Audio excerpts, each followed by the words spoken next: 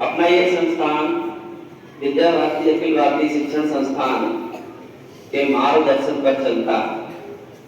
अपने इस संस्थान की औपचारिक अनौपचारिक रूप से पूरे देश में 23,000 संस्थान संचालित। यह संस्थान भारत और भारतीय संस्कृति को लेकर के उनका जो लक्ष्य है, जिसको हम प्रतिदिन दोहराते हैं, उस लक्ष्य को पूर्ण करने के लिए संस्थान संचालित हैं। जो अपना उत्तर प्रदेश है, इसको 2 भागों में बांटा गया है, पूर्वी उत्तर प्रदेश और पश्चिमी उत्तर प्रदेश। हम सभी पूर्वी उत्तर प्रदेश के क्षेत्र हैं, इसमें भी 4 प्रांत हैं। तो जो अपना कानपुर प्रांत है, उसमें 130 विद्यालय हैं। उन विद्यालयों की श्रृंखला में हम सबने एक बहुत ही महत्वपूर्ण स्थान, जिसका नाम है महोबा। पुराने अभी भी जहाँ कहीं आल्हा गाया जाता है, सुना जाता है, तो वह महोबा में आल्हा और उदल के नाम से 2 ऐसे वीर योद्धा हुए हैं जो इतिहास में अंकित हैं। तो महोबा उनकी कर्म स्थली रही है। साथ ही चंदेलकालीन शासन का वह एक महत्वपूर्ण गढ़ था। महोबा सौंदर्य की दृष्टि से उसका जो बनावट है, वह एक बहुत अच्छी प्लेस है। विंध्याचल की पर्वत श्रृंखला पर स्थित है।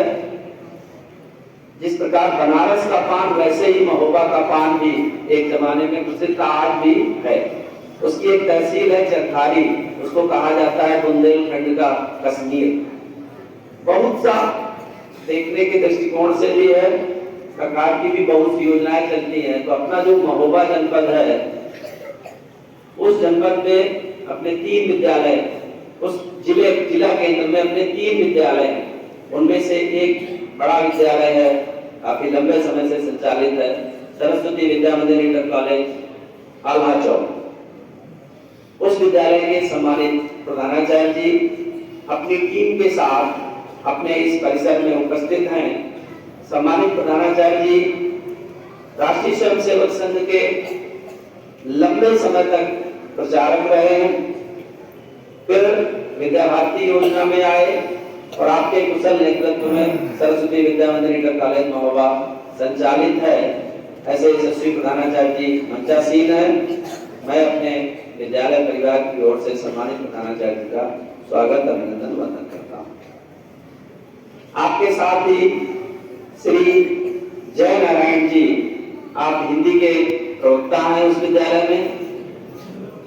आज और कल पूरे दिन परिसर में विद्यालय की जो शैक्षणिक गतिविधियां हैं, अनौपचारिक गतिविधियां हैं, उनका आपके द्वारा सूक्ष्म मूल्यांकन किया जाएगा। श्री जयनारायण जी के साथ ही इस परिसर में उस संस्थान के विज्ञान के आचार्य जी श्री रविंद्र जी उपस्थित हैं। रविंद्र जी आचार्य जी का विद्यालय परिसर में स्वागत है।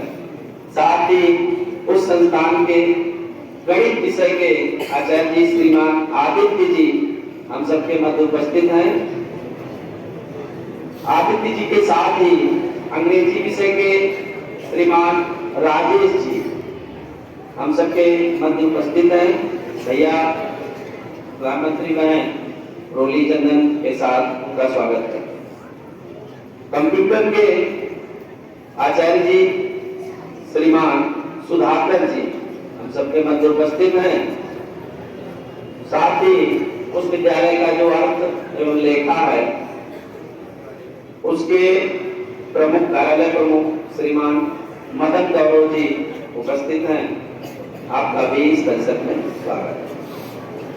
आज के इस वंदना सत्र में भैया बहनों, आपको ये बताना जरूरी है कि किसी भी संस्थान का मूल्यांकन उसके निधि, उसके छात्र होते हैं, और उनका मूल्यांकन कैसे किया जाए।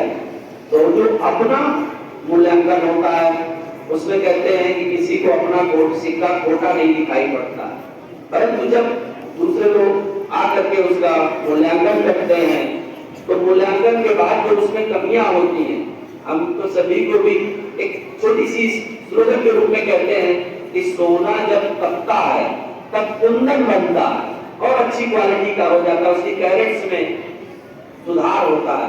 इसी प्रकार से जब किसी परिसर का मूल्यांकन होता है तो मूल्यांकन के बाद उसकी वास्तविक स्थिति पता चलती है, उसमें नकारात्मक सोच नहीं होती है।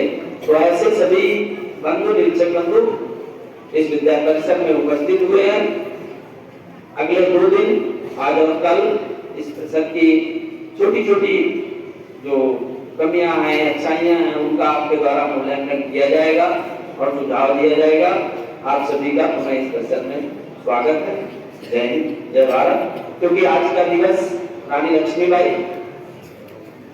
और भाऊराव देवदास जी के जन्म के उपलक्ष्य में मनाया जाता है।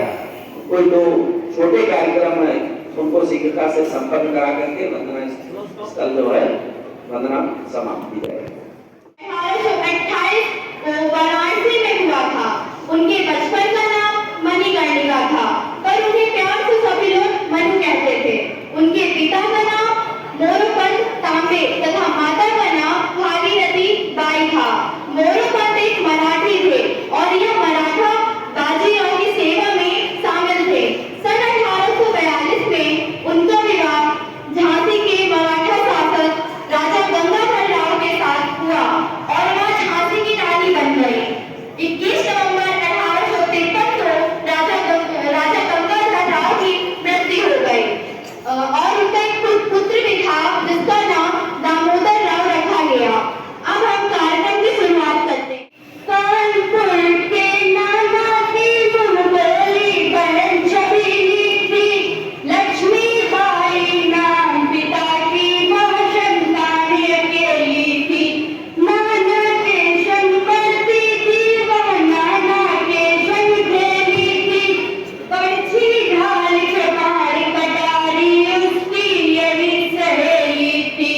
वीर शिवाजी की गाथाएं उसको याद जतानी थी। बुंदेले हर बोलो के मुँह हमने सुनी कहानी थी। खूब लड़ी मर्दानी वो तो झांसी वाली रानी थी। फिर 5 सामने, 6 ऊपर। 7, 8, 9, 10, 11, 12, 13, 14, रुको, यहीं रुको, यहीं रुको, ऊपर ऊपर रुको। हाथ कान से सटा कर, हाथ को कान से सटा करके रखना है। 15, 16